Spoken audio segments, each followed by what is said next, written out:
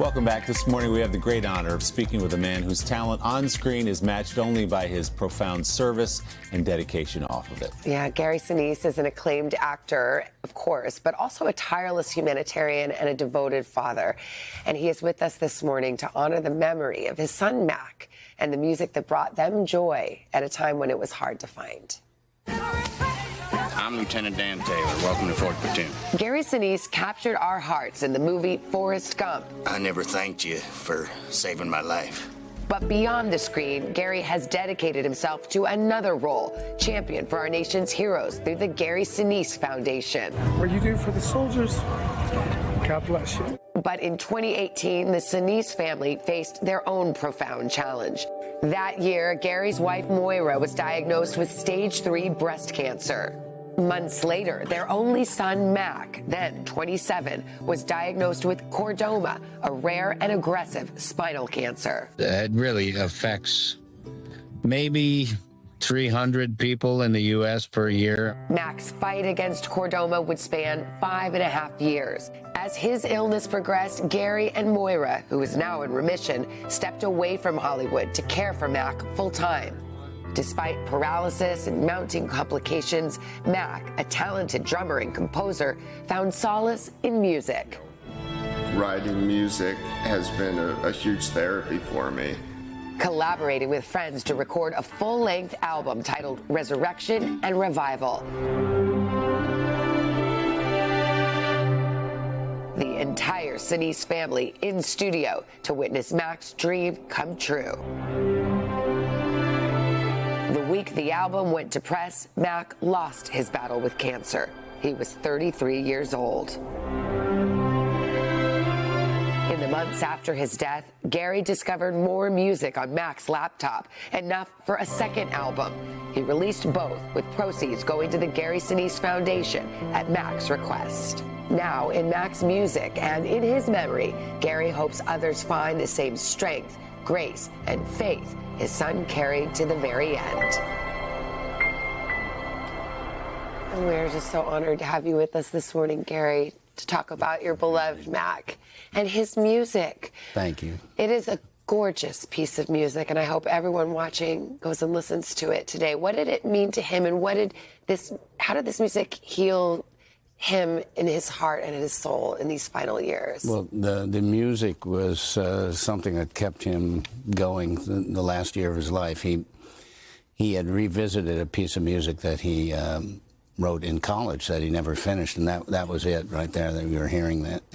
And he started working on it. He teamed up with a buddy of his from college, Oliver Schnee, fellow composer, and they finished it together, and they went into the studio in July of 2023, and all of a sudden I'm sitting there. You can see in the videos that are on his YouTube channel, I'm sitting there hearing this piece for the first time, and it was magnificent, and that led to a whole album of music that he finished. But unfortunately, you know, he finished it right before he died.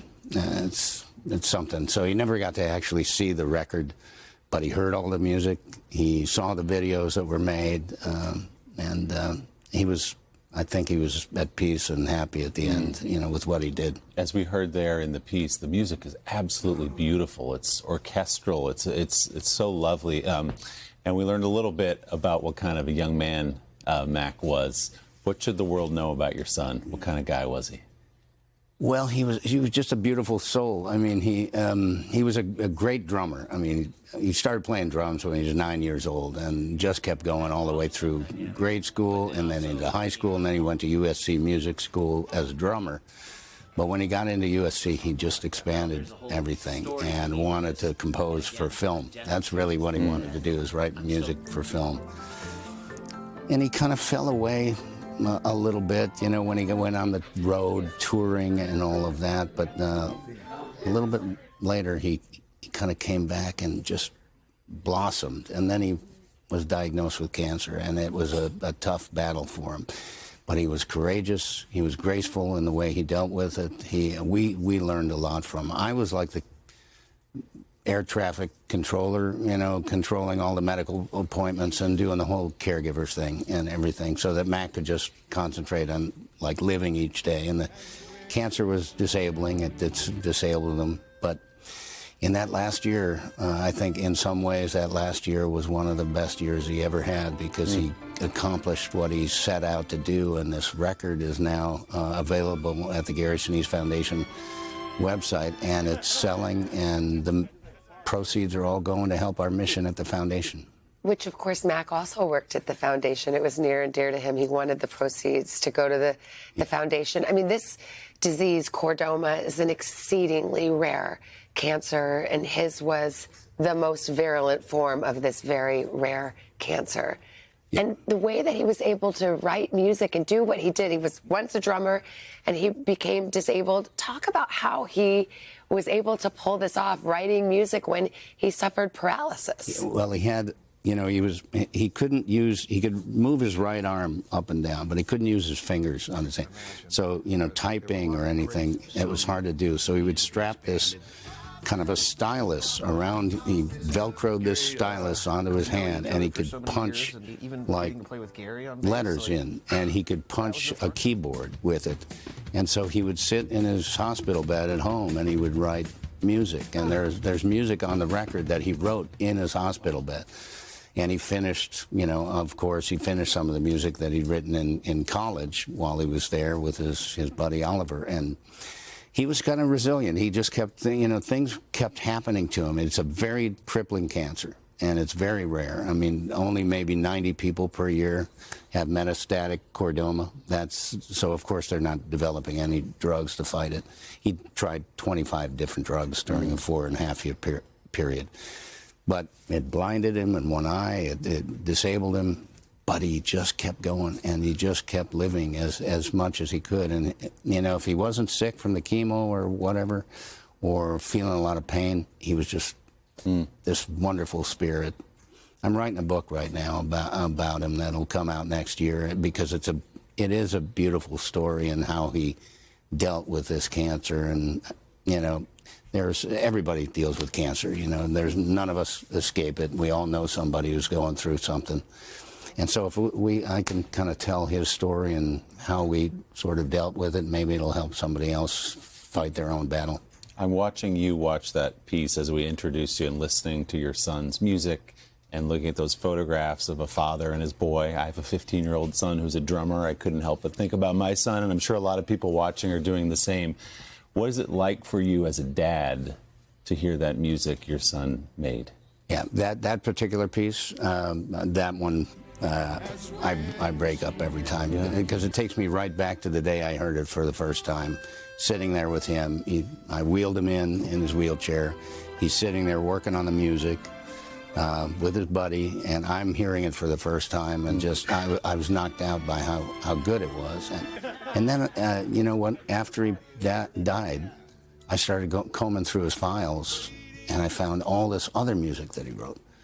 So there's 2 records out now. You know, I couldn't leave all this music on his laptop, so I went to work on a second record. There's Resurrection and Revival Part 2 as well, which is a double album. There was so much music. It's a double album. There's 19 compositions on the second record. And I discovered things that I didn't know about my son. I just started pouring through his iPhone and his iPad and his laptop and all his Dropbox files. I started finding all these things. I found messages that he wrote that he wanted us to see if something happened. And, you know, he left a lot. He was a graceful warrior. And, you know, of course, we miss him terribly and all of that. But I get to share something about him, and I get to share this beautiful music that he wrote, and that's really helped me through this past year. There is something when you lose someone, you have this urge to say, he lived. I want the world to know this extraordinary person was with me. I want the world to know. Yeah. And this music tells that story. He was, and he was very quiet about it. Like I said, I found all this music that he'd never played for me. And it was beautiful music, just tucked away. One of the things he did do at the foundation was he came in, and I asked him to write some music for our videos that we make to show people what we're doing. And so Mac wrote some of that music, so I knew some of it. But then I discovered other stuff that he'd written, the orchestral stuff. And can I mention this? I'm the co-host of the National Memorial Day concert on PBS on May 25th. And I had sent a piece of his music to the producers a while back that I found that he wrote, a piece called The Rise. And it's a very patriotic kind of anthem, Aaron Copland-esque kind of thing. And they're going to use it in the National Symphony Orchestra is going to play Mac's music during a World War II segment that we do on the show. We're going to reveal all these World War II veterans, and Mac's music is going to be backing it up with the National Symphony Orchestra. I mean, so you know it's good if the National Symphony is going to play it. It's good music. It's better than good. It's beautiful, and it's a beautiful tribute. You are such a hero in every way, and when you talk about your extraordinary son, I think he must have gotten it from you, and we're so glad that you're here and shared this with our audience. Thank you so much. Yeah. Thank you, Gary. Thank you for having me and for sharing that with people. We're sending you all of our love to your family and his sisters, too. Thank you, Gary. And we want to mention you can learn more about Mac's music and most of all listen to it. And we have a link on our website, today.com, and the Memorial Day concert also will be televised. Gary, thanks so much. Thank you. Thank you. Hey, thanks for watching. And don't forget, you can catch the Today Show every morning on NBC or take Today when you're on the go. Just follow the Today podcast on Apple Podcasts, Spotify, or wherever you listen.